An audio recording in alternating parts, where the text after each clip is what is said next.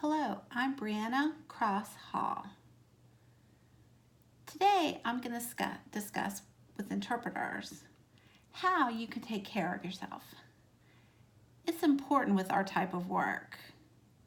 We worry about their emotions, their ideas and their ideas, and sometimes that all just gets stuck with us. And what do? How do we learn to brush that off so that we can be healthy and ready for our next job? We're going to discuss. Let me explain.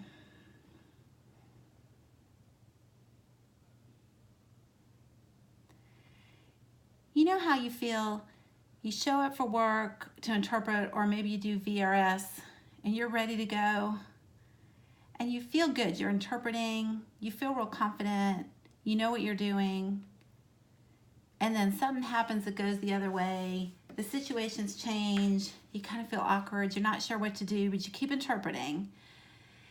And then you finish and you're like, ugh, that was difficult, that was hard, ugh, I'm not sure I can keep going. But that's our work. As interpreters, we have that responsibility. We need to keep going. It doesn't really matter what happens.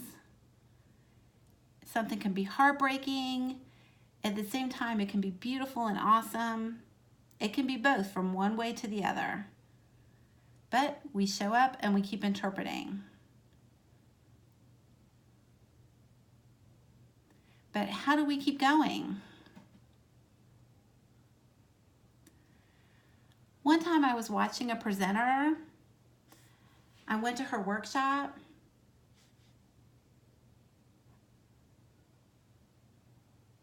Her name was Babette.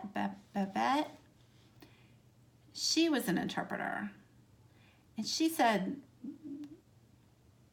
we're kind of like first responders, but we don't respond. And I'm like, that's right. I totally understood. That's exactly it. We show up, we notice, we see everything, we see what happens.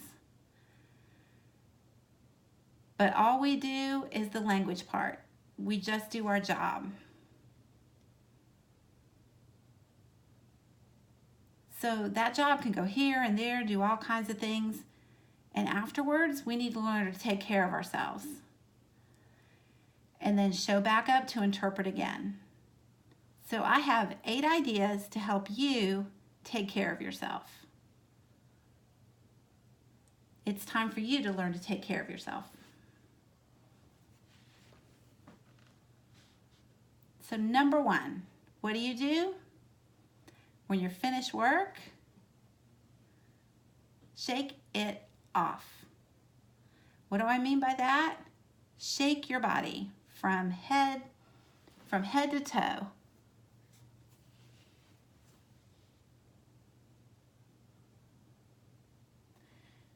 Your brain, it remembers things. So if you don't take care of yourself, it remembers to fight or flight. So inside your body, when you feel that tension, it'll fight or flight. So you need to shake it off. Your brain can learn to let go of things. Shake it off. If you watch any animal like a dog or a cat, you will see their body shake. They don't hold trauma, they shake it off and let it go. So maybe you're at work, VRS, maybe you're out in an office. Find a private space, a quiet space, maybe the bathroom.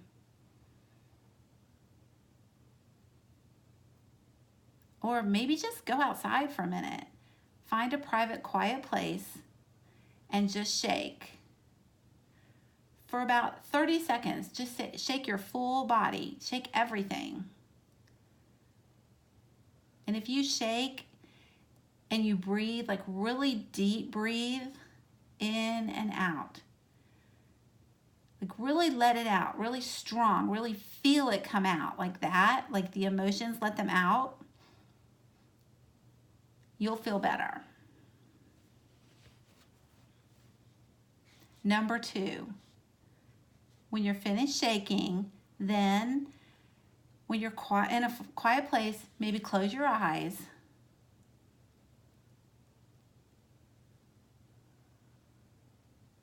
I want you to focus your body, like maybe there was some situation.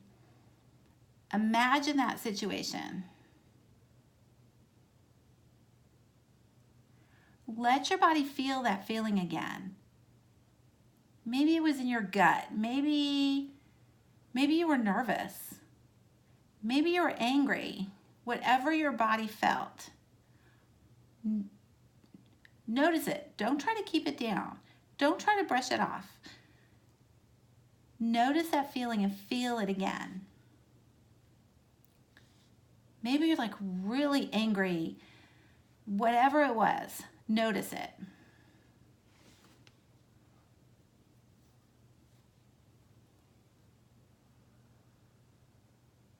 Third, name your emotions. So first you have to notice your feeling, like what your body feels like. But next, your emotions, give them a name.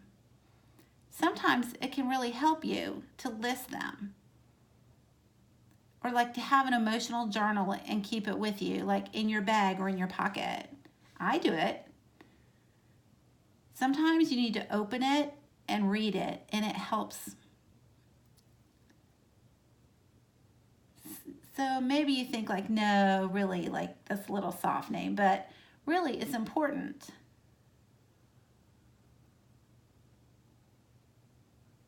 If you keep it in your body and you hold it,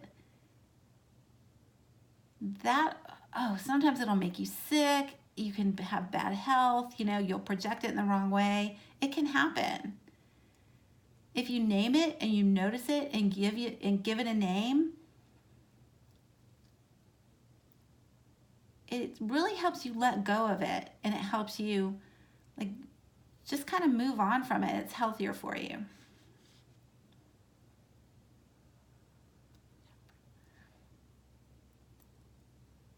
Number 4, taproot. Well, taproot is like a tree.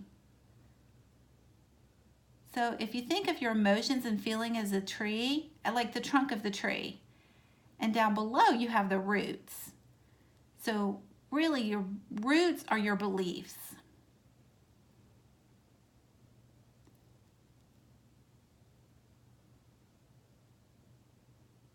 And you can brush them off. You can let go of them.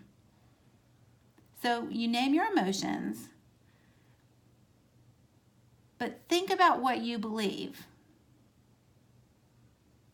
So like if I interpret all day long and I'm like feeling really angry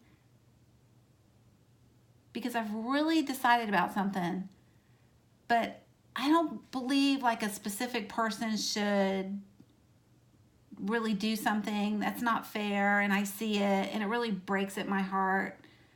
Maybe I believe that shouldn't happen. They shouldn't be disrespected like that. Sometimes I found that doesn't match with my beliefs. So I don't keep it to myself. Or if I have other beliefs I find, or my values that I want to keep and I want to hold on to, that's really important. So I find my beliefs, I write them down, I list them, and then I can decipher them. Number 5, use your magnifying glass. So when you're curious, you find your beliefs. Now you can really look at all different perspectives.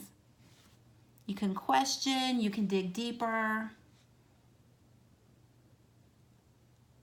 That belief helps you see your perspective of the world. It's really more for the interpreter.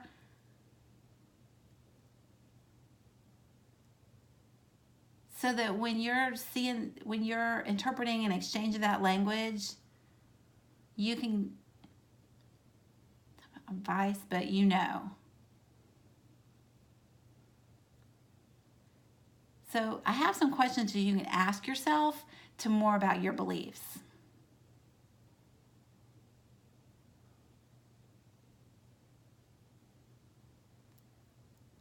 All the people they believe, all the people, do you believe the same as they believe?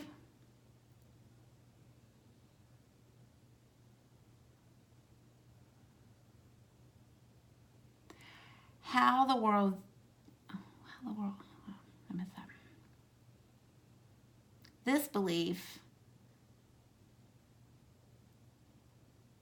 if that belief show up, does that make me stress or peace? Which? Do you notice? If I notice that, I feel peaceful. Or if that shows up, do I feel angry and stressed about it?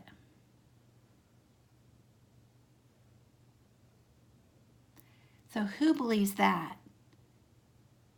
You have to figure those three.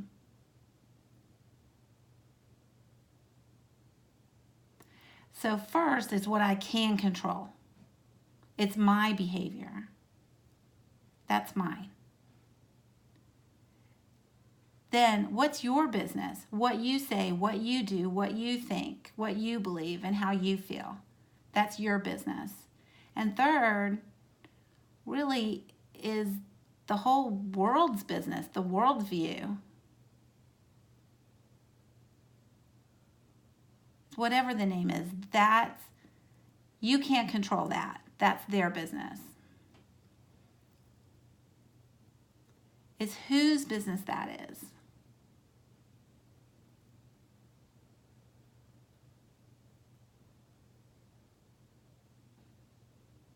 So really, where do we go from here? That's the 5 ways that we can change sign language interpreting. We need to dive into ourselves, but first we must acknowledge and look deeper. That's the opportunity for yourself to dig deep and see and find something personal.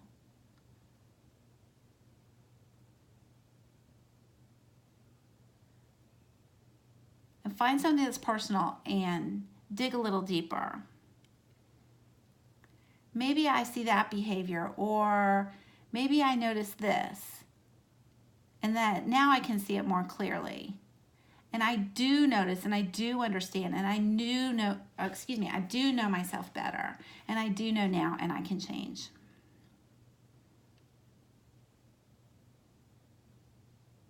And that change, that makes me become more connected with myself.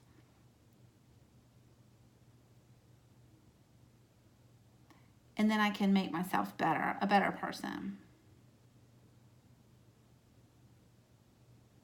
Number 6, feel compassion. It can be hard. It can take a lifetime of practice. Every person, no one has compassion for themselves. But each time you try, feel a little bit of compassion, it will improve and grow. Like, for example, if you feel upset or brokenhearted, you tell yourself, I talked about myself, bad way, and, you feel really bad and really upset. You had a bad experience. You talk to yourself and tell yourself that it's okay. Just like you would talk to a little kid if you were upset. It's the same way. Have that conversation with yourself. Have a little confidence. Tell yourself that it's okay. Accept your emotions and tell them that you're going to be all right. That's the way to start opening so that you can feel a little better.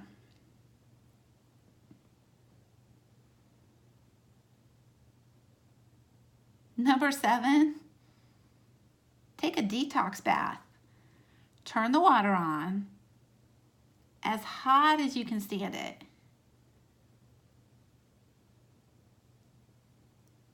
Add some Epsom salt and some baking soda, like even amounts, plus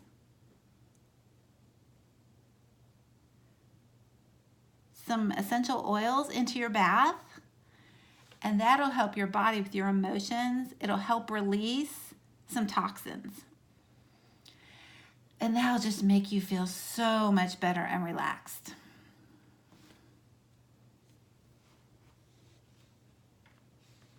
Number 8, the last one,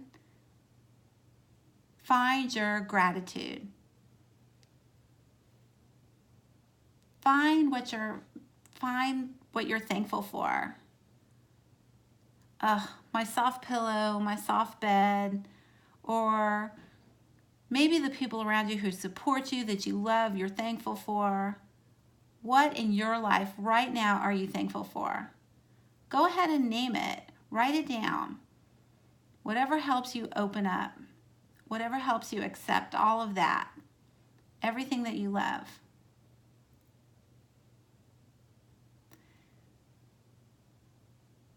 If you don't notice it, everything is just a loss and a waste. Notice the things that add beauty to your life. Name it. Name your gratitude. Those things will help you grow. And then you'll be ready for the next time you show up and you're ready to interpret. Now I want to ask you, what's your plan? What do you do to take care of yourself? When you have a hard job, how do you take care of yourself?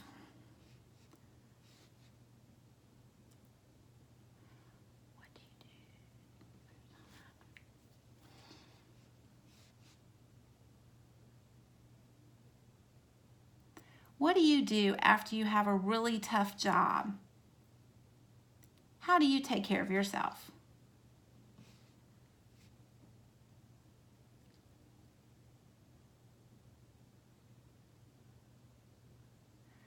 After you have a hard job, why do we stop ourselves from taking care of ourselves? Why do we prevent ourselves from having self-care?